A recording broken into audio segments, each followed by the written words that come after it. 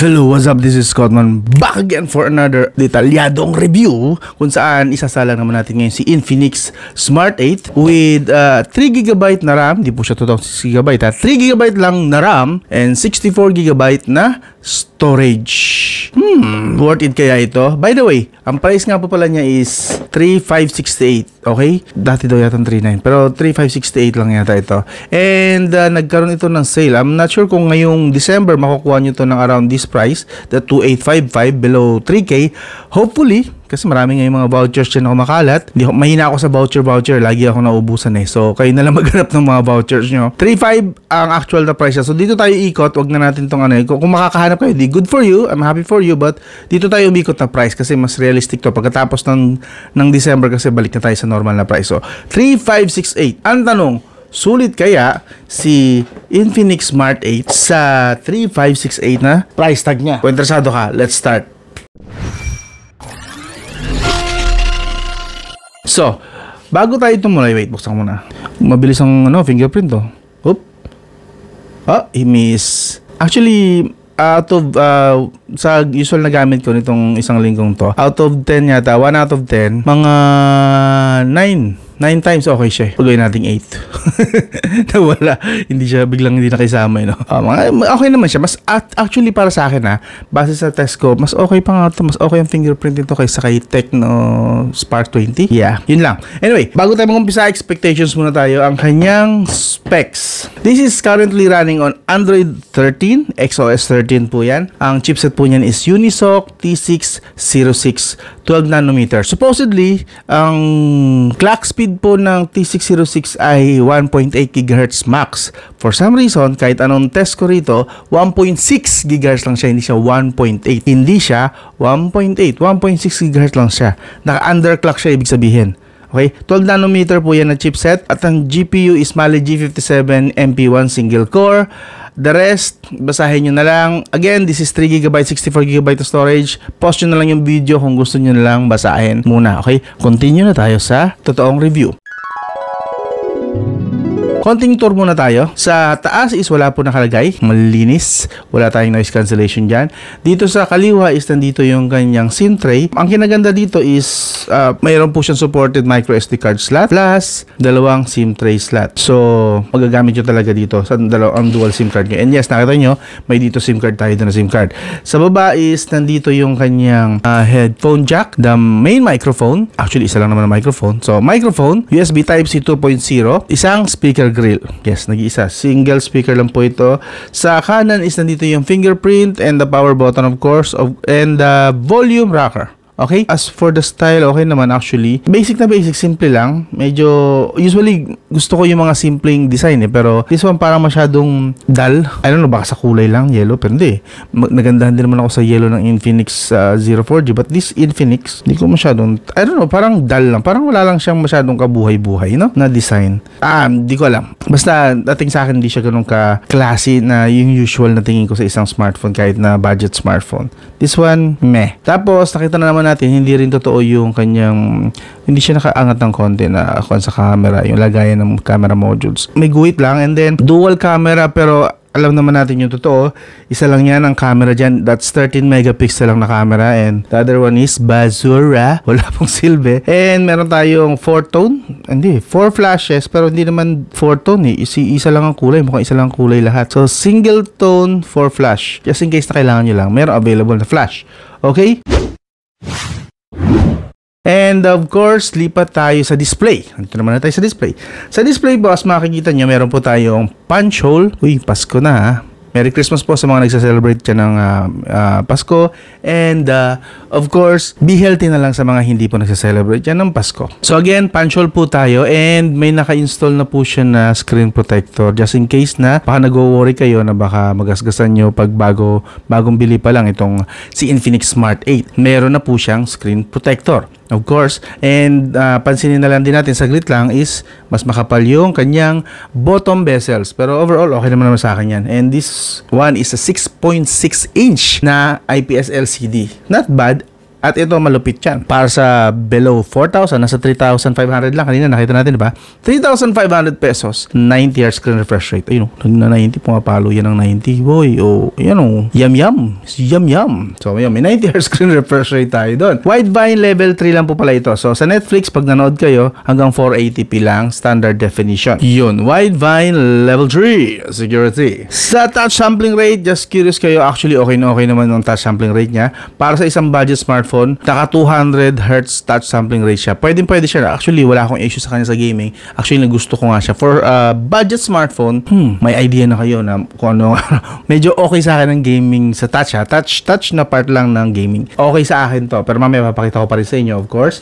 Sa multi-touch, kung gumagamit kayo ng maraming daliri while gaming, supported po niya hanggang 5. Yeah, 5 lang talaga. So, pwede na sa mga octopus maglaro ng octopus maglaro ng kanilang Call of Duty Mobile at kung ano pang mga games dyan. Sa brightness naman, actually na-test ko na naman siya, nilabas ko siya, and with 500 nits, actually very visible naman. May konting dim lang ang dating pagka nakatapat talaga sa araw.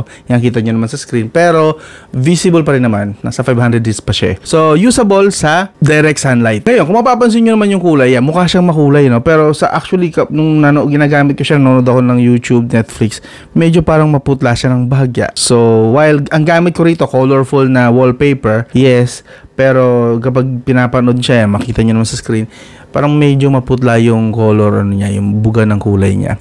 And even if pumunta ako sa settings, sa display, wala rin ako masyado makita rito na, by the way, nakalak tayo sa 90 Hz screen refresh rate. So, available na refresh rate, 90, 60, and auto switch. Wala rito kasing timplahan ng kulay pagdating sa display. So, yeah, wala tayong magagawa. Naka-fix po yung kulay niya at malabnaw po talaga siya kapag ka nanonood na kayo ng mga movies or YouTube, something like that. So, yun po ang sa display. Okay? Ngayon, lipat naman tayo sa audio.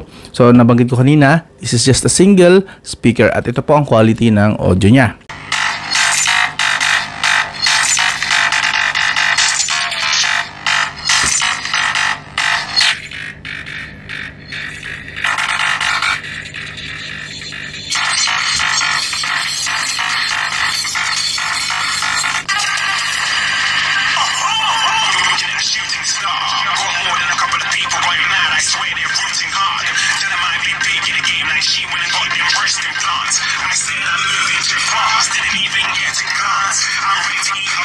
Para sa akin, medyo nabitin ako sa quality. Actually, medyo may pagkabasag siya pagka naka full volume. Lalo pagka medyo high definition yung audio na piniplay. Nababasag siya pagdating sa dulo. Hindi naman basag na basag. May may konting garalgal lang na, konting hint lang ng garalgal. And in terms of loudness, okay lang, decent lang naman. Di naman din impressive. So, ano ba i-expect natin? Single speaker. So, expected na rin yan. Plus, the price actually, okay na yan. Acceptable na yan para sa kanyang presyo. Ngayon naman, sa connectivity, okay? Sa connectivity, this is of course 4G LTE lang para sa 3.5 natin na price tag. VoLTE supported of course. As you can see, dito SIM card, VoLTE, 4G calling, another word po yon. And Wi-Fi calling, meron din tayong VO Wi-Fi. Okay, just in case na gumagamit kayo nun. Kasi may mga gumagamit na yun dito sa Pilipinas. Sa Wi-Fi naman, supported din niya para sa 3.5 3,500 pesos. Supported talaga niya ang 5 GHz. Mabilis talaga siya sa Wi-Fi na 5 GHz. Kaya maintindihan nyo kung bakit medyo hindi ako natutuwa sa mga smartphone na kahit budget smartphone, walang 5 GHz. Kasi kahit nga 3.5 meron ng 5 GHz Wi-Fi eh. Kaya na bad trip ako dun sa Itel A70. Kasi ang Itel A70 4,000 ko nabili. Mas mahal pa rito ng konti. 2.4 GHz lang Wi-Fi noon. So hindi ko masyadong natipuhan yun. But this one, much better. Sa 3.5 lang, meron ka ng 5 GHz Wi-Fi. Sa connectivity pa rin, meron po tayong radyo, of course, sa mga nakikinig pa dyan sa radyo. And meron din tayo actually OTG support kung kailangan nyo ng OTG. May OTG sa settings. Sa under more connections, kung hahanapin nyo i-enable, okay? May OTG support po si Infinix Smart 8. Sa Bluetooth naman niya, hindi naka-specify kung anong version. So, medyo sadness tayo dun sa part na yun. I check naman, Bluetooth 5.0 siguro ito. Since hindi naka-specify sa website kung anong version ng Bluetooth, assume na lang natin na Bluetooth 5.0. Alright? Mention ko na lang din kasi kanina ko pa chine-check since hindi rin nakalagay naman sa GSM Arena, hindi rin nakalagay sa website nila kung anong storage ang ginamit. Chinek ko pa rin gamit yung itong device info hardware. Nakalagay in fairness UFS. So I guess UFS 2.0 ito? Yes. Si 3.5 na worth na smartphone, budget, entry level, merong UFS. Wow! Holy wow! Yum yum! So yun, natuwa lang ako kasi bihira ako maka-encounter ng, actually first time ko maka-encounter ng below 5,000 pesos. UFS ang storage. Hindi nga lang natin specifically alam kung malamang siguro UFS 2.0 nga lang ito. Pero that's UFS pa rin. That's 2 to 3 times faster than eMMC. Solid pa rin yun para sa binayaran natin na 3.5 kung bibili mo to. So sa GPS naman, ang accuracy niya po is around 5 to 6 meters. So nasa average lang siya, hindi siya yung epic talaga na mahataw ng 1 to 2 meters. 5, 6 ay umakakit pa nga siya ng 7 meters. Pero okay na po yan. Pasok yan sa average na accuracy. Ngayon, lipat naman tayo sa kanyang camera. Sa kanyang camera, sagad niya na sa video is hanggang 1080p at 30fps lang. Yun na po yan. Both front and back, 1080p at 30fps lang. And pagdating naman sa megapixels, kung hindi ko nabanggit kanina, that's 13 megapixel lang po yung main camera. 13 megapixel ang main camera and basura yung isang camera. Sorry for saying that. Real talk na lang sana tayo. And sa harap naman, meron tayong 8 megapixel na front camera. As for the quality ng kanilang napoproduce na images and videos, actually medyo nasa part lang na usable, no? And ginamit ko rin actually yung kanilang bokeh effect and halatang artificial na artificial. Try ko ipakita na lang din siguro sa inyo ng actual. This all, okay, nakikita niyo, di ba? Nung nag-picture ako. Pag nag-zoom in tayo, makikita niyo na very artificial yung kanya. Malinaw din, hindi niya man lang na-detect na maayos yung edge ng mukha ko. That's very artificial na part. So, halatang dinidetect niya na lang siguro kung ano yung pinakamalapit or pinaka-visible na subject, and then yun yung ifo-focusan niya ng bokeh effect. So yeah, so artificial po ang kanyang bokeh effect. And sa mga pictures naman, okay naman, very usable naman. Medyo na malabnaw lang yung iba, yung makikita niyo naman. And yung contrast, minsan pumapasok, minsan sumasablay. And sa video, of course, wala tayong may expect yan na image stabilization, either EIS, lalo ng OIS. Nasa 3,500 pesos lang tayo. But yeah, expect nyo na usable lang yung talagang napoproduce yung mga images and videos. Pakita ko na lang siguro mga sample dyan sa screen. Ito ang kanyang video, 1080p at 30fps lang po yung max. Siyempre wala tayong EIS, OS dito, budget phone lang ito. Pero kamusta naman? Kamusta na rin siguro yung kanyang microphone? Pantay ng konti. Okay naman no? Up, down. Fairness, kita yung sky. Maganda yung kahit paano yung meron siyang HDR na pwede na. Stabilization lang kulang talaga. 20p at 30 fps sa front po ito. Kamusta naman yung okay na rin yung white niya, no?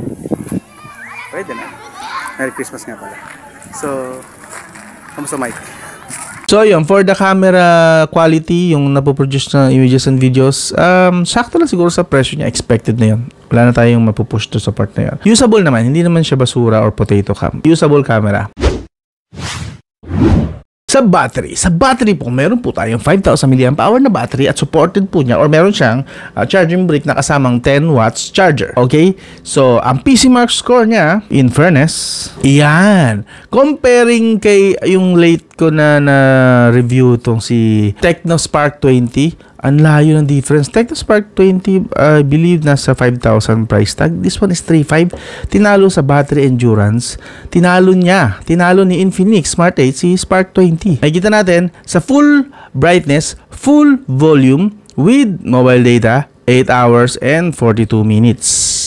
Okay? Sa half brightness, half volume with mobile data, 14 hours and 52 minutes. Antindi nun. Maganda ang kanyang battery endurance. Again, full brightness, half brightness. Okay? Naka-endure siya ng 14 hours and 52 minutes. Wala pong patayan yun. Tuloy-tuloy po yun na ginagamit. Pero light use, hindi syempre gaming yun. Light use yun, more on browsing, view ng mga pictures, browsing ng mga pictures, research, so on and so forth. So basically, mga light use yun. Wala pong kinalaman ng gaming doon. Kung gaming, syempre, of course, babayan. Siguro mga 6-5 hours na lang dito sa high brightness. And sa half brightness, siguro bababa ito ng mga around 8 hours. Tansya ko lang, okay? Pero yan po yung result. Maganda po ang kanyang battery endurance. Ngayon, yung 10 watts charger naman, gaano katagal niya na-charge ang 5,000 mAh? Umabot po siya actually ng 1 hour and 50 minutes, almost 2 hours. So may kabagalan talaga as expected. 1 hour and 50 minutes. So yeah, medyo umay. Pero at least mabuti matagal siya malobat kahit paano. So tsagain nyo na lang.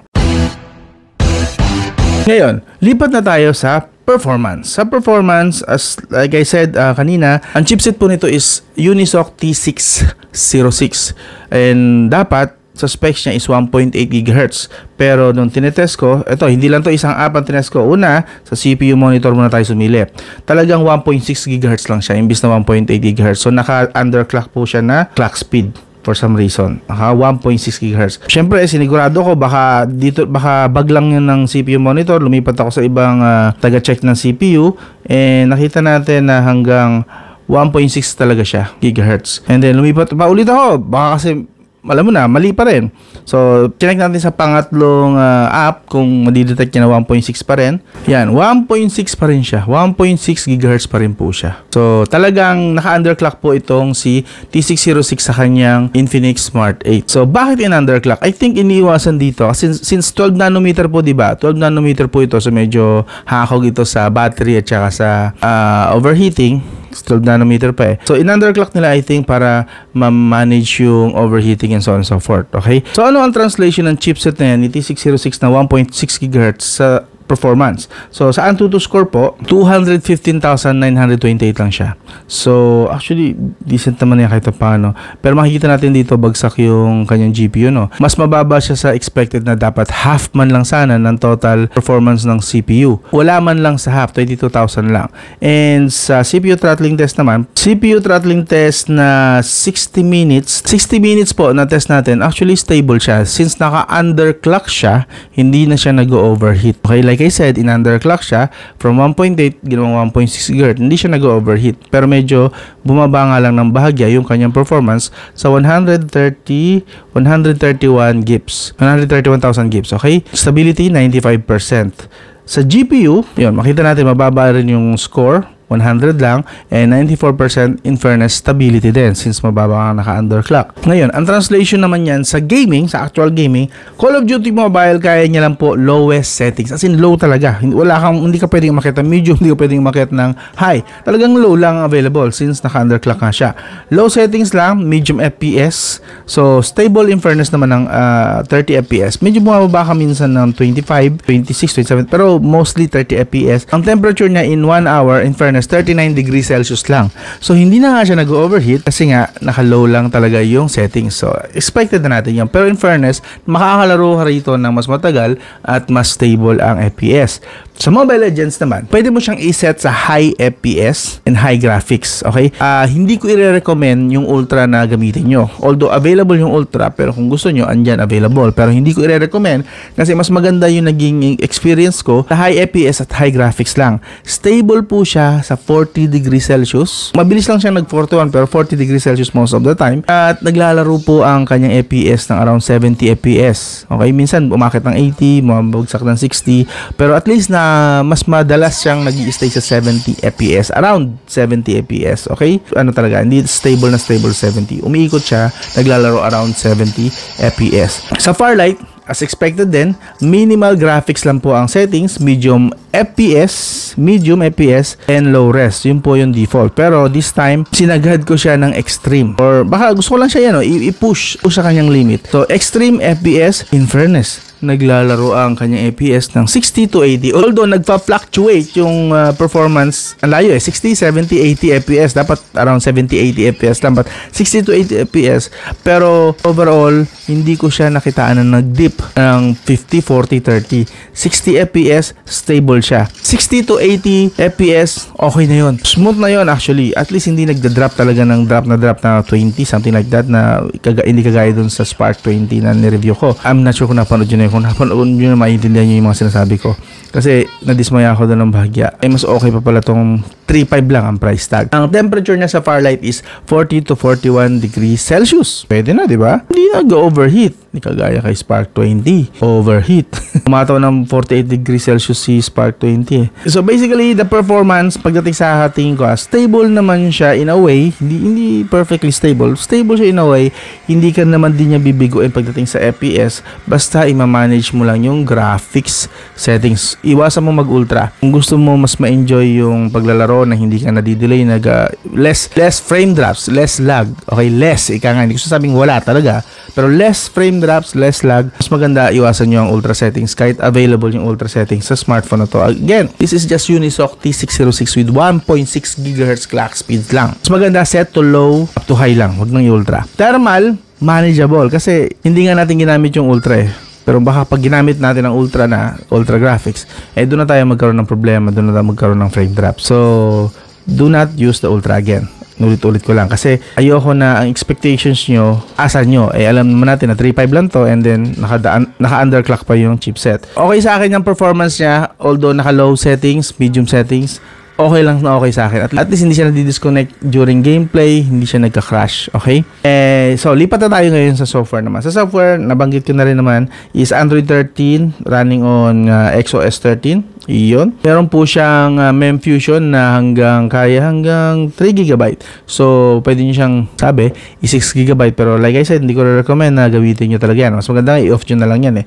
But, kung multitasking naman kayo at di naman gamer, why not? I-on nyo. Pwede po yan. Pagdating sa bloatware, minimal naman, mostly Google lang. Tapos, eto, mga tools. And then, the rest, ako na nag-install nito. Mula dito sa PC Mark, and then, puro ako na yan. Ako na nag-install niyan. Ako na lahat yan. Although, walang engrande sa kanya, but sa 3.5, nako, hindi na kayo lugi rito sa mga kaya niyang gawin. Nakita niyo naman yung performance. Although, yung camera, hindi masyadong okay. But the battery is impressive na maasahan. Kamusta naman yung kanyang Wi-Fi speed? So, try na rin natin para actual. Teka, in fairness, ang lakas. Kaya niya more than 100 Mbps. Diba? 5 GHz niya actually okay na okay. Sa Wi-Fi, pagdating sa Wi-Fi. Not bad, not bad. Mas malakas pa yata ito kay Vivo V29e. Diba? Vivo V29e. Malakas pa to. For its price, panalo na sa akin to. Sulit na to. Kung interesado kayo rito, iwan ko yung link nito sa video description. And I hope makuha nyo siya ng below 3,000. Di ba yung nakita nyo kanina, pwedeng hanggang 2,800. Depende kung makakuha kayo ng voucher or ma-champion nyo ng discounted. But, kahit 3,500 siya, actually okay lang sa akin. Maganda naman yung experience ko sa kanya. So, goods na goods to. Kahit pang regalo to or pwede sa mga bata. Pwede to actually sa mga bata kasi decent naman yung kanyang performance eh.